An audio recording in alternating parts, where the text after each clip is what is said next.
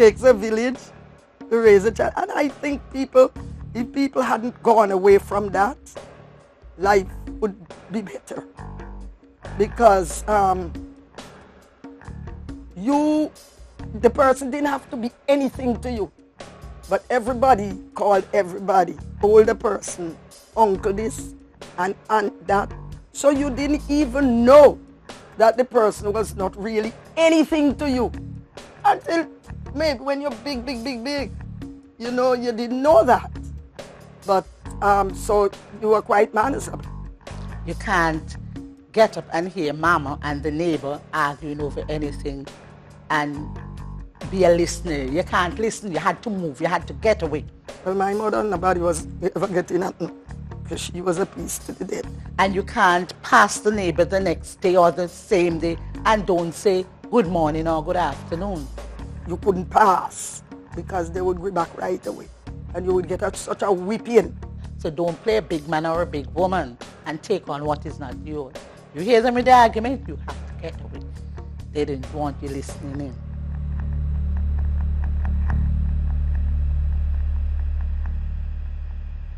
My father was a member of the Volunteer Defense Force back in the time.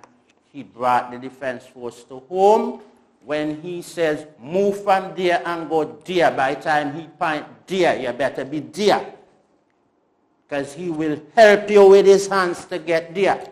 So I am a very disciplined person. I think the discipline was good.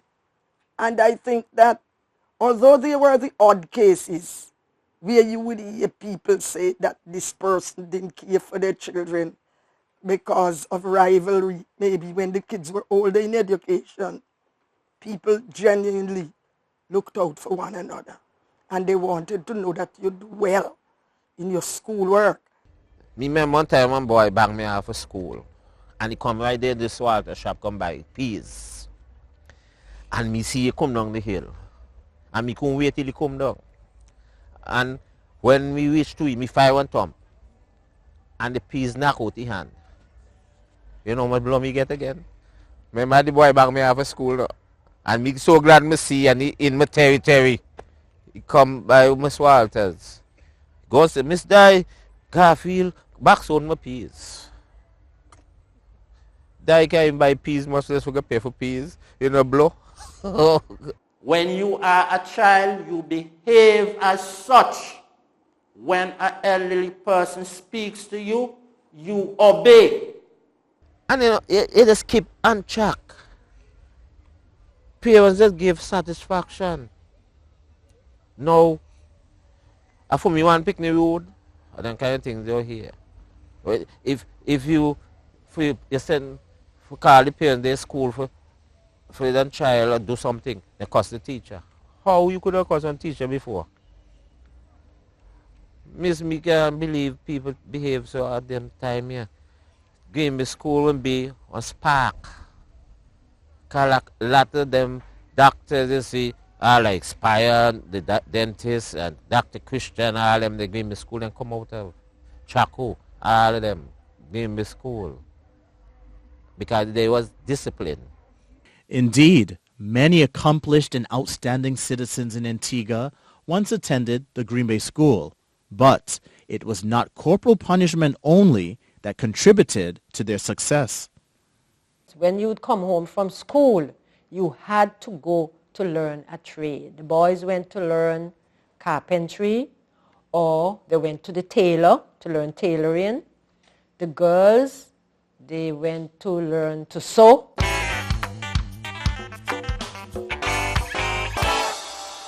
My father, his nickname was Tailor because obviously that was his trade, right? And that's where we came out of, because surprisingly, my mother was a seamstress, my father was a tailor. And people ask me, so when you start, I don't know. Right, I would tell you the same thing. You see, you wake up every day and you see it around you. I can recall at one point when I said to my father, I can build a pants now. He said, yes? Okay, give me a piece of material. I said, well, put the hip pocket in, you know. So I did that. No, those days, you have to make sure you'll be able to go in the park and play in the afternoon, you know. Once you knew that, now after that point, you know what that means. I had to come in and soak.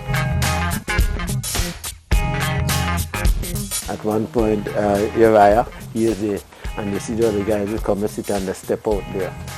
And Dad would say, oh, the crew come for you now, you know. And the guy said, no, you know, move from here, yeah.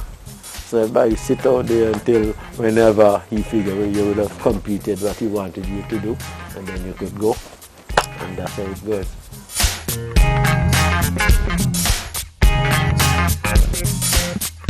Whether it was at work or at school, everyone worked hard.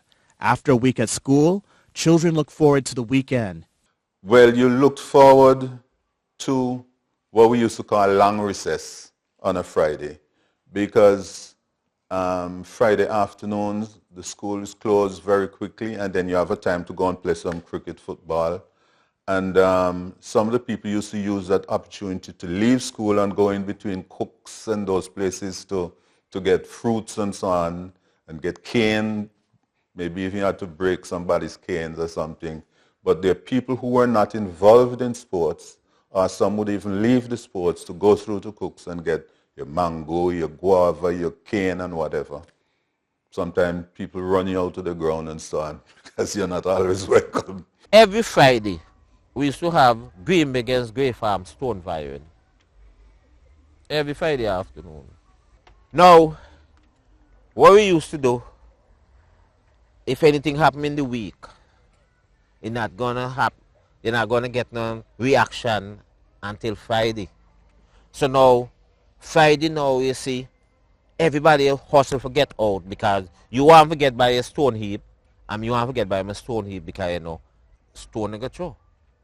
When you run out of stone, you run home.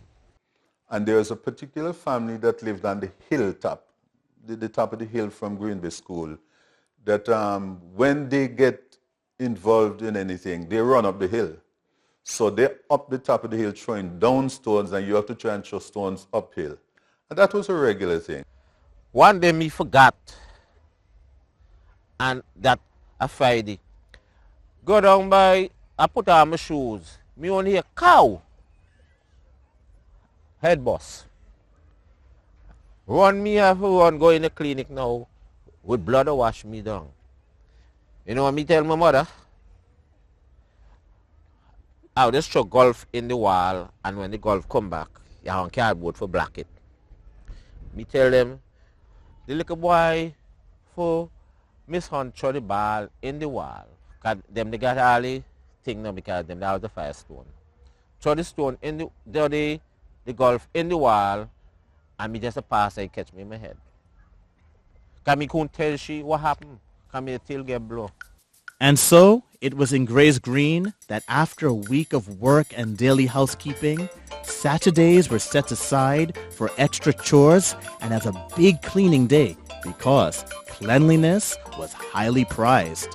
Community upkeep was not left to chance.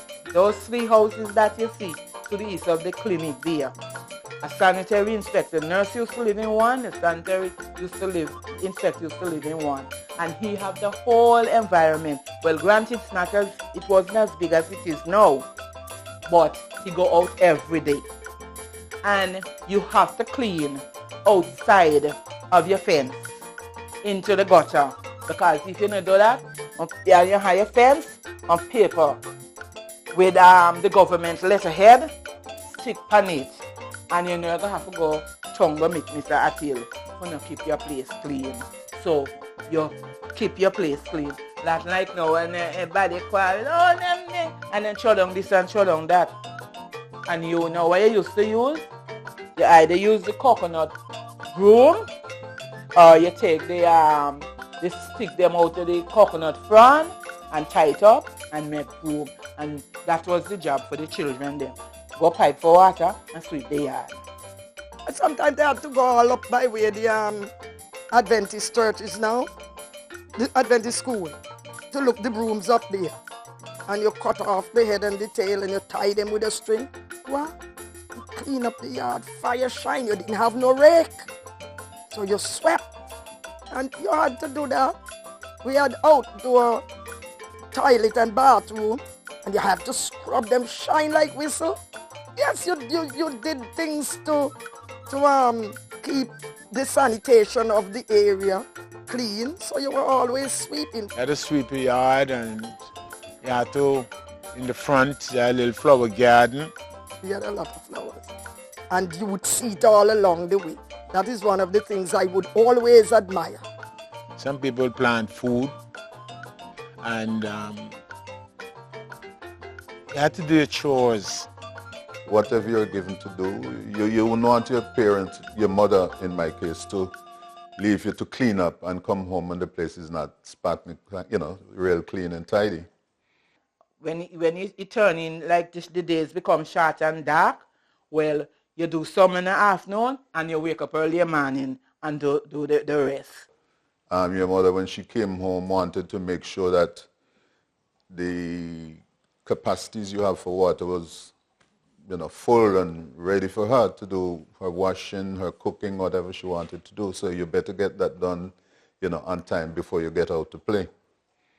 When the moon lights, you carry water until you're weary. Except when, somebody dead in the village. Because when somebody dead in the village, if me dead in this house tonight, and you walk all the children and go up and down and carry them water, because then another person dead. When morning come and they hearing dead, see if anybody go for any water tonight, the next night, because Jumbina in the village, everybody gone sleep early. You had to go for wood, go cut wood to cook the food, because if you had a little coal, the coal is for ironing, so you had to go bush. Some of us had animals. You had to go look for the animal. Well, we didn't have goats and pigs like other people, but we had chicken too. So, to get some eggs, when you had to clean out the fowl house, you had to do what you had to do. The weekends were not just about work, but about fun and relaxation and enjoying the company of family and friends. Going to one of the many beaches in the community was a major pastime. We used to, especially on weekends, some of us used to make the journey from Green Bay and Donovan's to get to Hutton Beach. And we used to do it along the coastline. And we used to have to be jumping from rock to rock. And it was a tremendous sport for a lot of youngsters to be able to do that.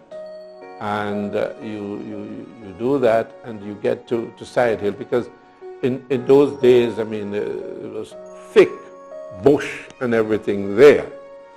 To a very great extent is the same thing now, but so you weren't able to get to Hutton Beach unless you're going to take the journey from all the way around. So as youngsters, we used to use the coastline and jump the rocks. But there was this particular area. It was like an inlet, yes, and the water sort of gushes into that, and there was an open area, reasonably wide, because every time that we had to do it, we had to sort of run off and jump in order to get onto the other side. Well, legend would have it that there was this huge shark with one eye, and there is where the shark usually comes in and so on, and it developed this one-eyed Rodney. This is this famous shark, and the idea was that you could not get anywhere near the shark, or else obviously you would be in serious trouble.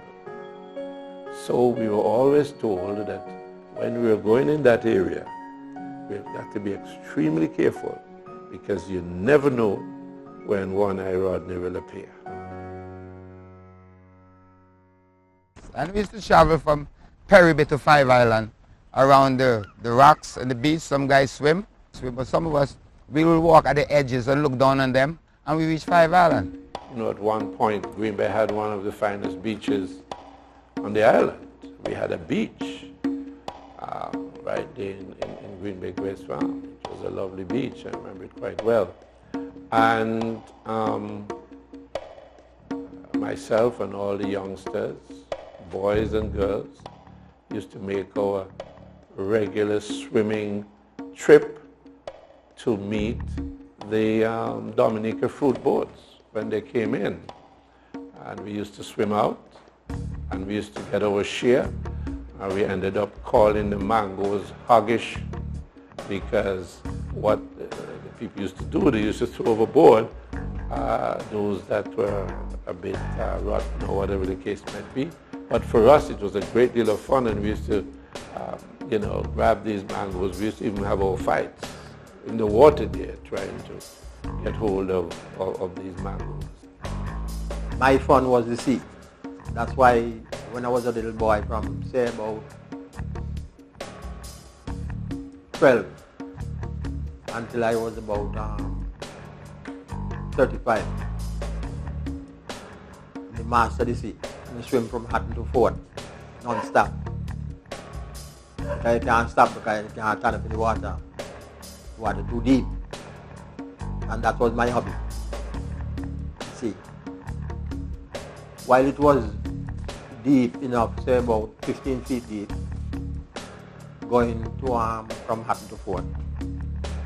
When they dredged the harbor, it got 35 feet down. And that bringing all the big boys in them. So, I cut it out. Developments such as the dredging of the Deepwater Harbor, the construction of the back wall by the fish market, and the reclaiming of land severely affected the Perry Bay coastline and so diminished the opportunities for residents to enjoy the beach. Nevertheless, the resilience of residents came to the fore, and games such as football and cricket helped to fill the gap. We were always a sporting community. It was in, I think I'm right in saying 1962, when the Empire team was formed. And that is when our community started to get real recognition for football skills. Empire was formed, and between 62 and now, they have won more championships than any other club in the history of Antigua and Barbuda. You had to have a very high standard, very skilled in order to play for Empire at that time, because that was the only premier team. And Empire go a long way back. I think they were 50 years now. Right? So that from that, all the youngsters in the area, if you want to play premier ball, you had to get into Empire. I am one of the greatest Empire fans, right? Because I know the original guys.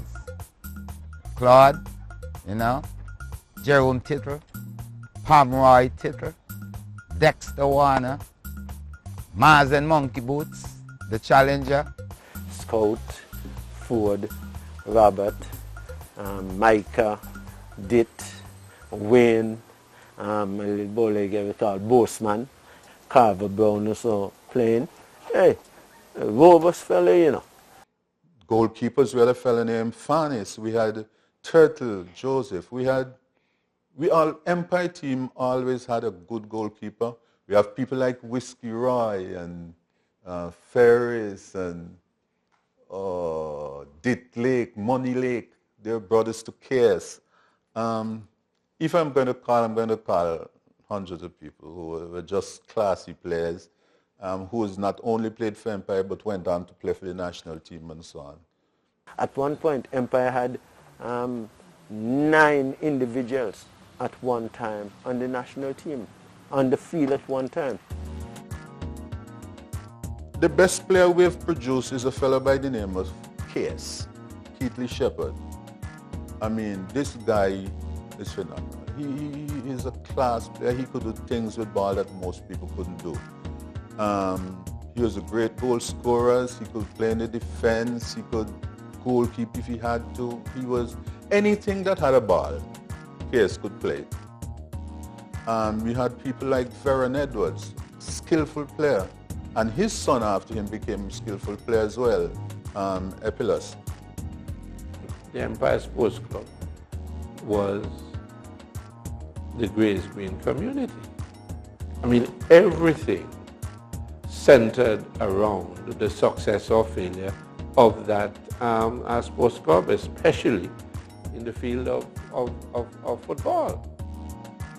You know, and so when Empire represented, it was not just a club or a team or group of individuals coming together and playing soccer at the highest level in Antigua.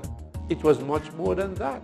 And anybody who wore the Empire jersey recognized, at least in those days, I'm not saying the situation still exists today, but in those days, anybody who wore the Empire jersey knew that when he goes out there to represent the Empire football team, it is not just a team he is representing.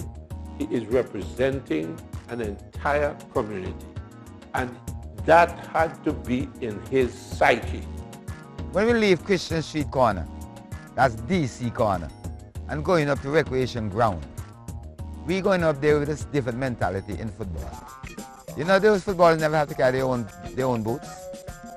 No, we carry the boots for our idols in them. Grace Greene was the first to organize community football in Antigua. We had so many people that everybody could play for Empire. And then Hoppers came into play. And Hoppers too became a very competitive team. A team that after a while seemed to wanted to outlast Empire. Because when Empire finally got demoted back to first division, because you know we have different divisions in our football competition, Hoppers always stayed in the Premier Division. And so there's this rivalry between Hoppers and Empire.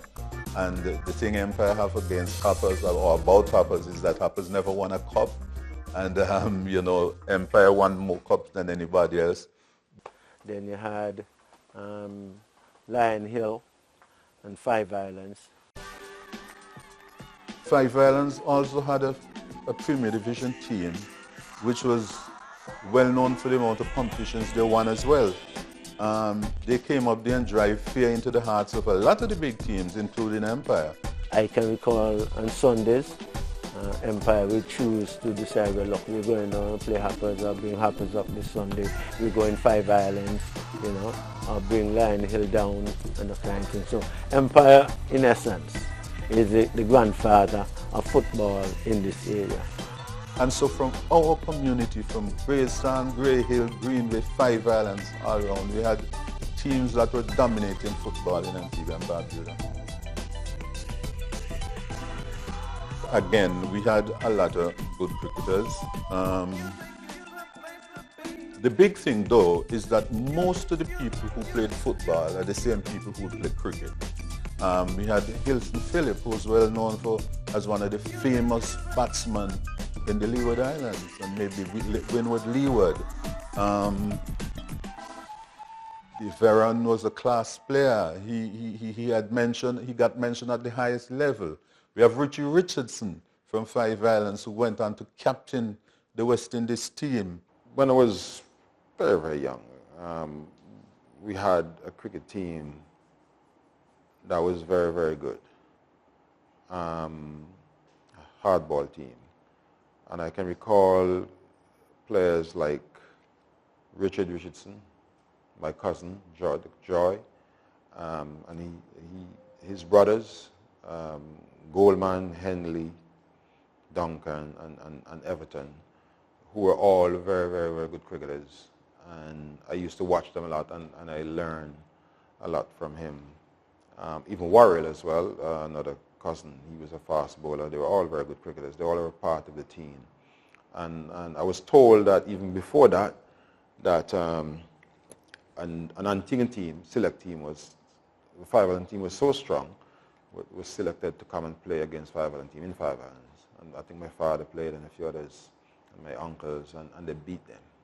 But of course, those days you had to be from St. John's or from the town to play for Antigua. So nobody from Five Islands, were good enough to play for Antigua, but yet they were good enough to beat the entire Antigua team.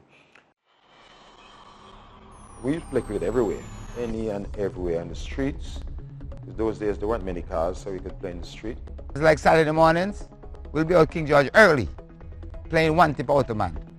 Sometimes those little milk cans, we pong them up and make them look little and hard. Put them together and try and mold them into a little round ball, and sometimes wrap them with we call it the car tie. We used to cut the car tie and wrap, and use that as the ball. And then we'd pick up maybe coconut branch, use it as a bat, or piece of wood from somewhere, make a bat, and that's how we used to do it. In more recent times, the community has become very much involved in basketball, and anything that our community take part in, they're going to be having a team that is threatening the best teams. There was a time when we had a pretty good netball team as well. Some sports that weren't even played in other communities, we played down here. Volleyball, we had one of the better volleyball teams. Even the American baseball and stuff, we used to play it down here. They used to call it, I think it was a softer version of what they played in the States. But yeah, we were a sporting community. We are a sporting community. King George Pasture was a place where sportsmen and women discovered and honed their craft. We used to just get in that place and just play sports morning, noon, and night. Nowadays, there's lights in these places and so on, and so people can more easily play in the night. But we used to play even with moonlight. We were what we call in those days soup to play. On the eastern side of King George, more in the northern corner, there was a volleyball area set out for that. Right? So you used to have volleyball in that area as well. King George, we used to have boxing in there too. There was a gentleman, we call him Spider. His right name is Malcolm Winter, or some they call him Indian. And he used to love a lot of boxing too. But he was from the Otters area, but he used to play for Empire because he loved Grace Farm. So he and the Copperheads used to have a lot of that going on in King George, of the boxing. And on the western side, there was once what we call the swinger. Swing and passer. Inside that place, there were some swings and so on. There's some wooden structures there with swings that you could go and swing in them and skate down in different places. So there were some little social things that would take place in there. Right, so you have football play on one side, some volleyball up in the corner, right? Kids playing their little part on the western side. I remember when it was first fenced, because it was an open place. I can recall we used to have this dollar block, and it's people in the area who actually fenced King George. There was King George the fence, the first ground in Antigua to be fenced, and it was done by the community. Everybody chipping in, buying a block, and physically going and digging the holes and laying the blocks and all of that, right? You used to have vehicle driving through, amazing, the playing field, cars, motorbike, bicycle, everything. When you want to get to St. John's, rather than walking around the road, people used to just go straight across the park. So there used to be this long footpath straight through King George, right? And sometimes we're playing and people are passing through and say, "Man, you don't hit me the ball, You can imagine that, and we're supposed to be in the play field,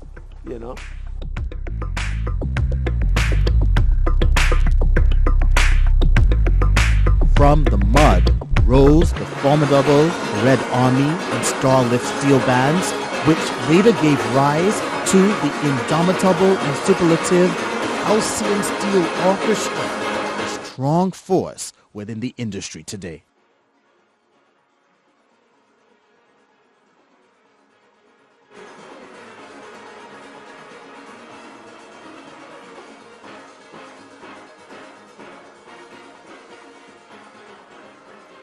Halcyon started I think it's 1970, as in starting to build instruments. And then I think they started as a plain band somewhere in 1971. I think it's the 2nd of May 1971. There were three youngsters in the community, the Kirby brothers and a guy by the name of Melvin Simon. Those were the three persons who were credited.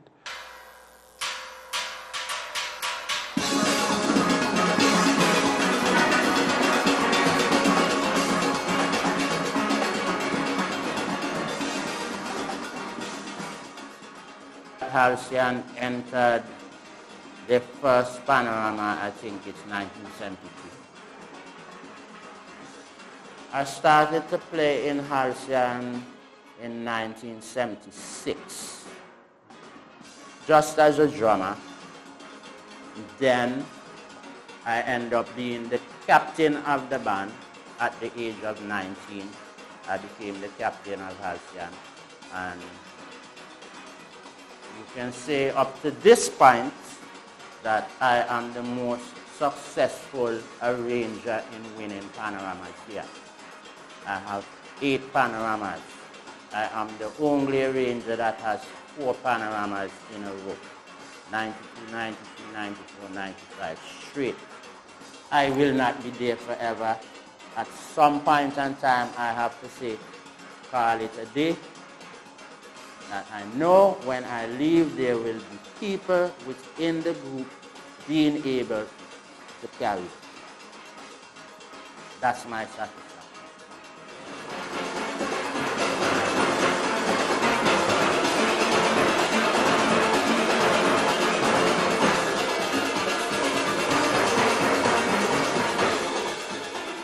Now it must be remembered that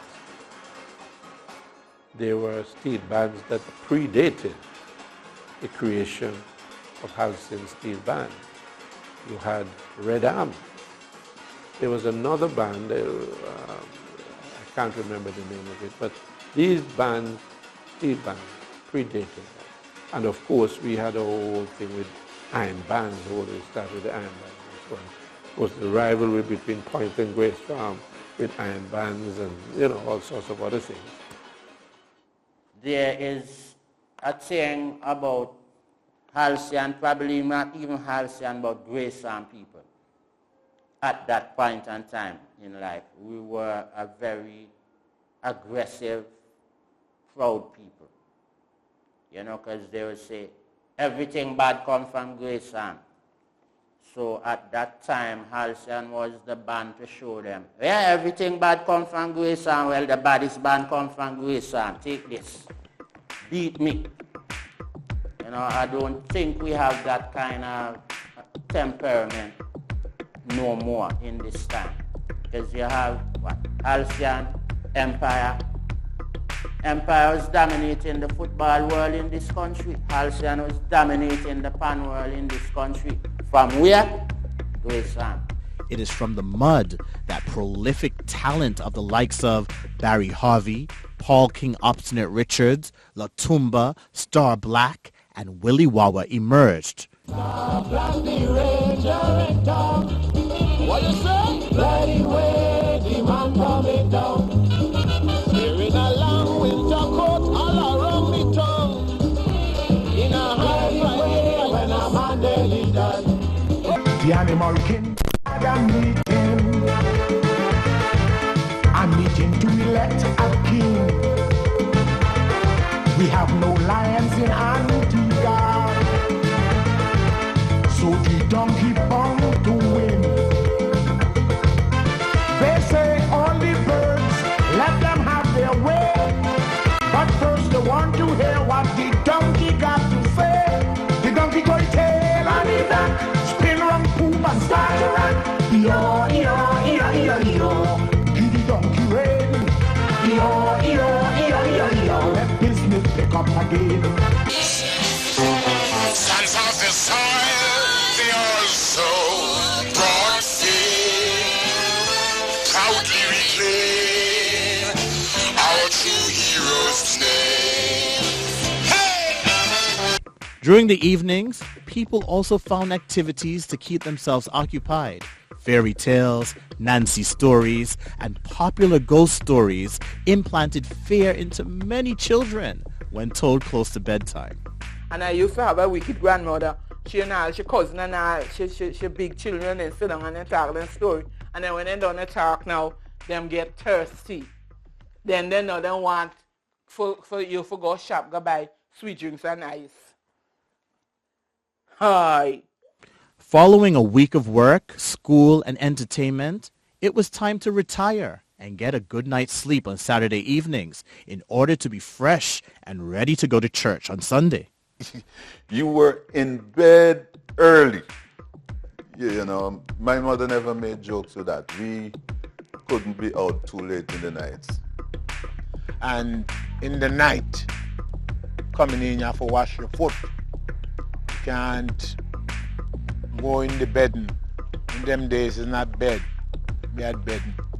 And you had to wash your foot because maybe it's about 7, 8, 9 of us had to sleep on the bedding and the ground in the bedding. And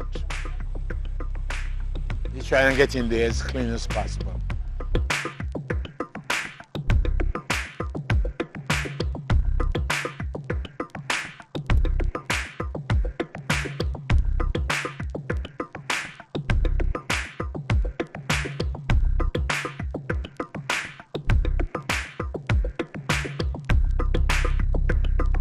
Growing up in that Grace Greene community, despite all the descriptions that we would have had about these negatives and so on, the church and the part it played in shaping the thought patterns, the minds and so on of youngsters, the church was very influential. Most of the mothers would come along to the church service. As a matter of fact, I'm a Moravian. And my church would begin at 9. But then we'd have to go back in the afternoon at 2:30 for Sunday school. So we would go to church with our mother. And when we get home, we'll eat, not the dinner, like a little snack. And then you go to Sunday school for 2:30. When you come home at 4, you would get your dinner. But before you get that dinner, you have to repeat the memory verse. You had to say what the memory verse was today. And if you can't say it until you remember it, that food stays there. Sunday is special. My mother always made sure she had meat on Sunday. Food in the area was always scarce, all right?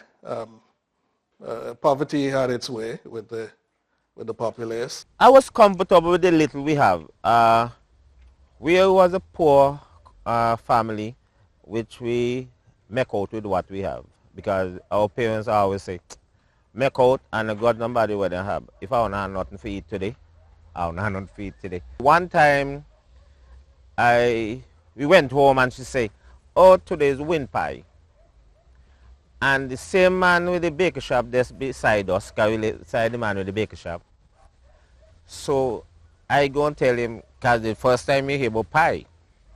So I go and tell him, did you cook pie today?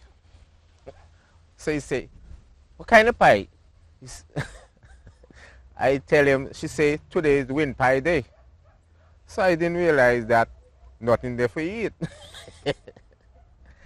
The man in the baker shop gave us, in the afternoon when the bread finished baked, he said, Garfield, come here, man. So when we go, he give us a cup of bread, butter and cheese. So me no want to carry them home. Because me no pie me supposed to go eat. So me carry home bread. He said, carry the bread, give mother. When me realized that stopped the gap. The bread stopped the gap. Cannot mean that the afternoon. Most of us survived on the swamp over there.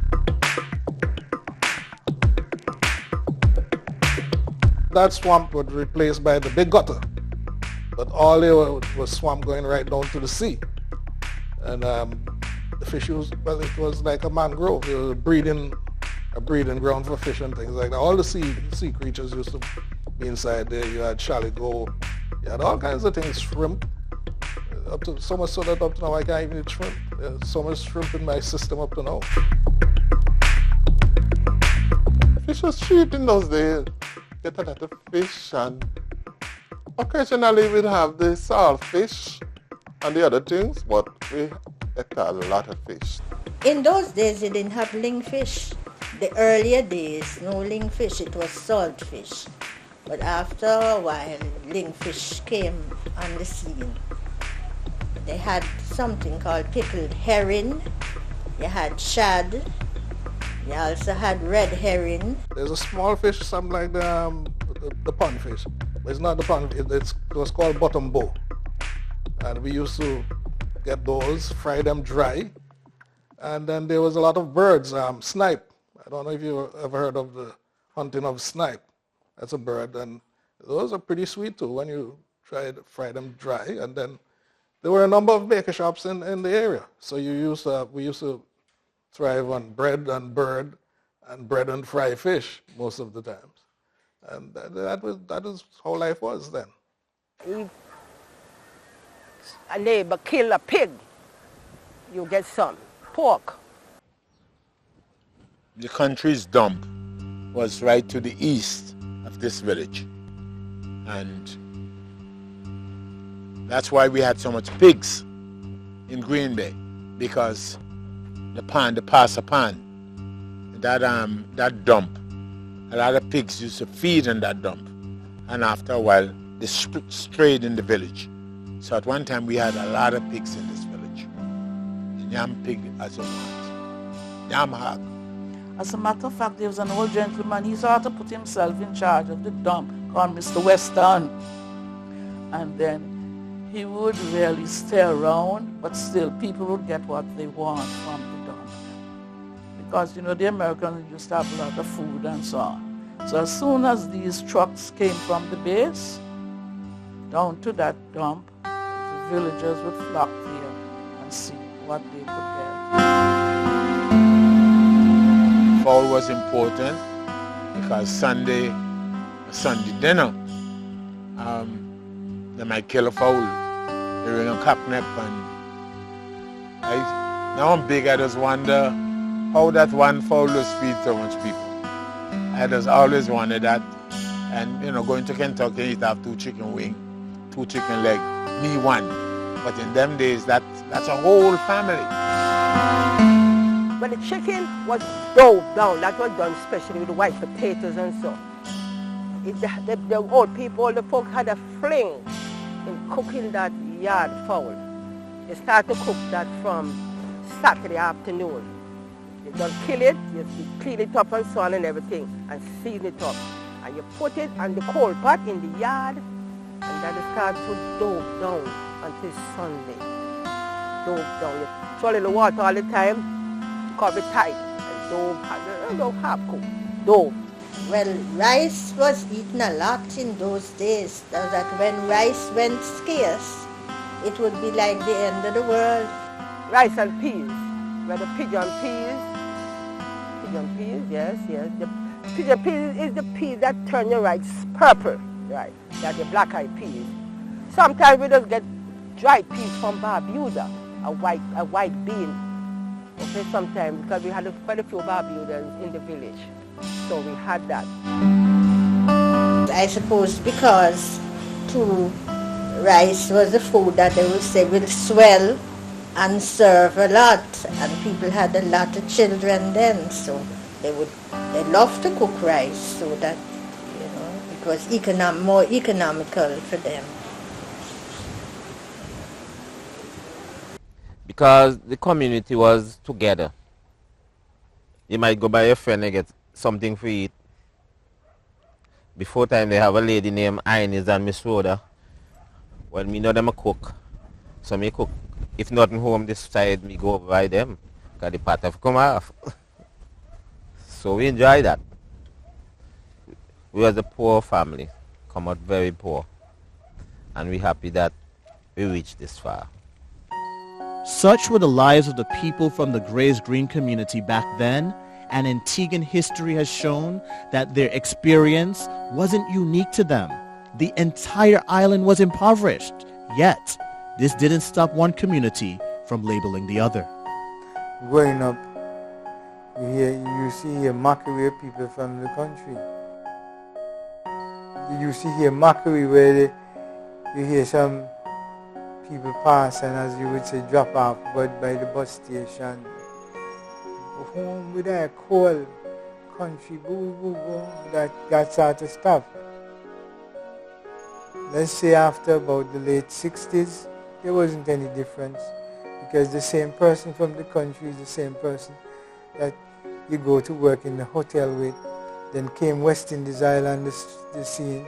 You went to West Indies Island to work with that same person from Bowlands, All the Saints, wherever. And so there wasn't any difference culturally, per se, between us. We spoke the same, we ate the same, worked the same place. Stigmatization was one way some chose to differentiate themselves from others. But where did that name, the mud, come from? And why did it linger? I gave it that name. I left Antigua in 1959 and I migrated to the Virgin Islands. And I had a radio show there, the King Obstinate Show, which used to come through all these islands, all the way up to Dominica and all that. So it was very big. And what happened when I came back to Antigua, I brought the radio show up with me. When it rained, it was so muddy. And anytime I'm on the radio and it's raining and I'm signing off, I used to tell them, I'm going to put my big black self in the wind, or I got to go in the mud. I got to go down in the mud. And it caught on, and people start calling it the mud. But that came from me. What started out as an entertainer's tagline not only stuck, but also evolved to suggest something far more derogatory. Let me tell you something. It was the mud. Whether you call it M-U-D, M-U-D-D-Y, and can't tell it was the mud. And if you are hanging around with a girl and your mother or father know the girl come from the mud, you either stop or you get thrown out. Because people from the mud were not the best people. My wife, her father went to Miss Loving at TOR Memorial. And when Miss Loving heard that they live in Green Bay Hill, that was the end of the application. Come from Green Bay Hill and you want to come to Miss Robinson's school? You're crazy. It's not so easy. There was no doubt that the place had an awful reputation. Yes, as the years progressed, the Gray's Green community indeed attracted a bad reputation. There's no denying that. But far more powerful is the beauty buried beneath the mire, for in the middle of the poverty and the hardship are people who found success and community. Can anything good come out of the mud?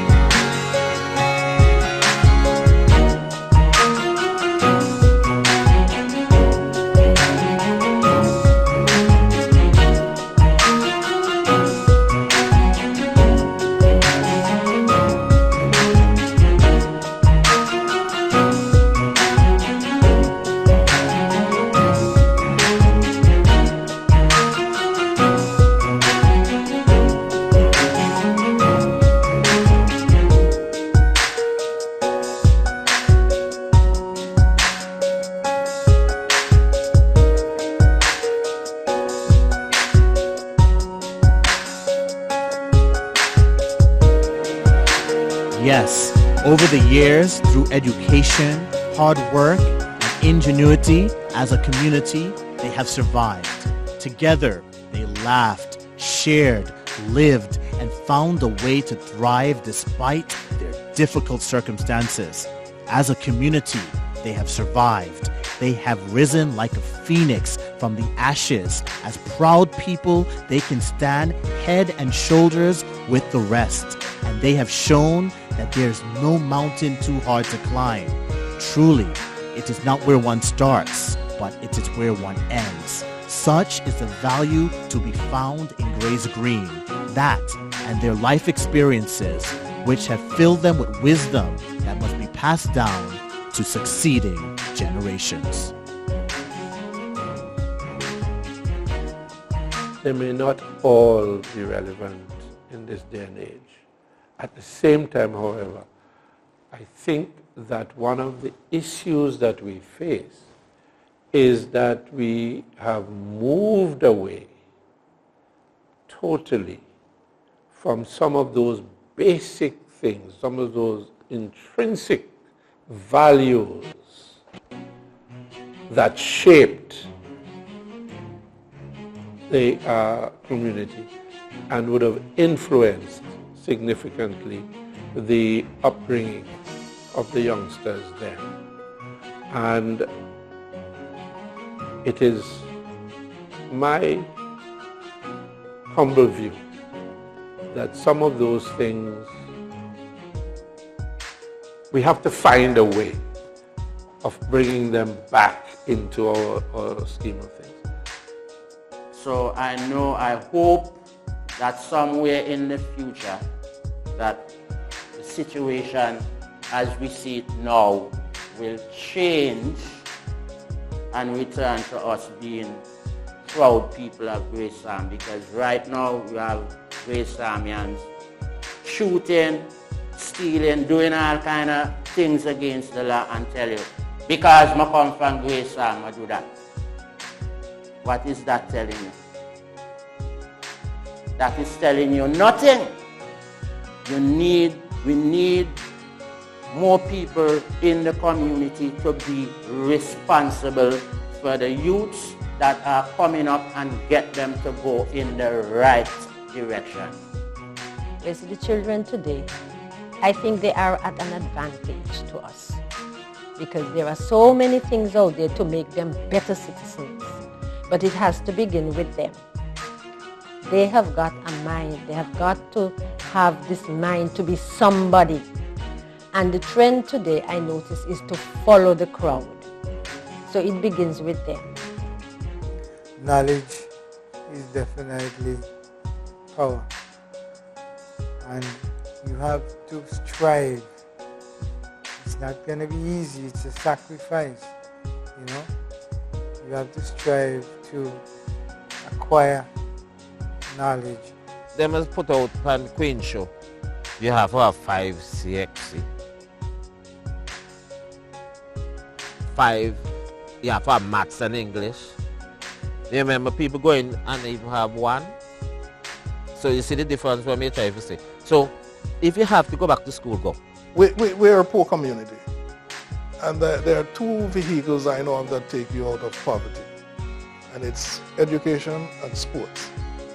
And I always try to tell them, if you can't make it in sports, make it in education. And if you can't make it in education, try and make it in sports. Because those are the 2 vehicles that will take you out of your current situation and put you on the road to success. Have that ambition about you to be somebody in the community. Capitalize on what is out there for you. Because there is so much more today to make you better than who has passed that way before. These kids of today feel like, hey, me a big man, you can't tell me what to do. You cannot be a part of an organization and there is no leadership. The leaders must tell you what to do. If you don't want to do what the leaders tell you to do, then you leave. It's not 1 foot out and 1 in. It's either both feet in or both feet out. because it makes no sense that you have something in your community and your people are not becoming part of it.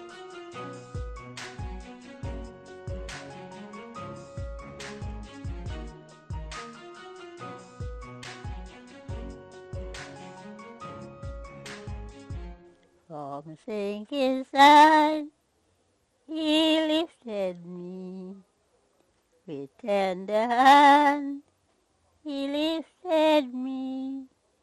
From shades of night to plains of light. Oh, praise his name, he lifted me.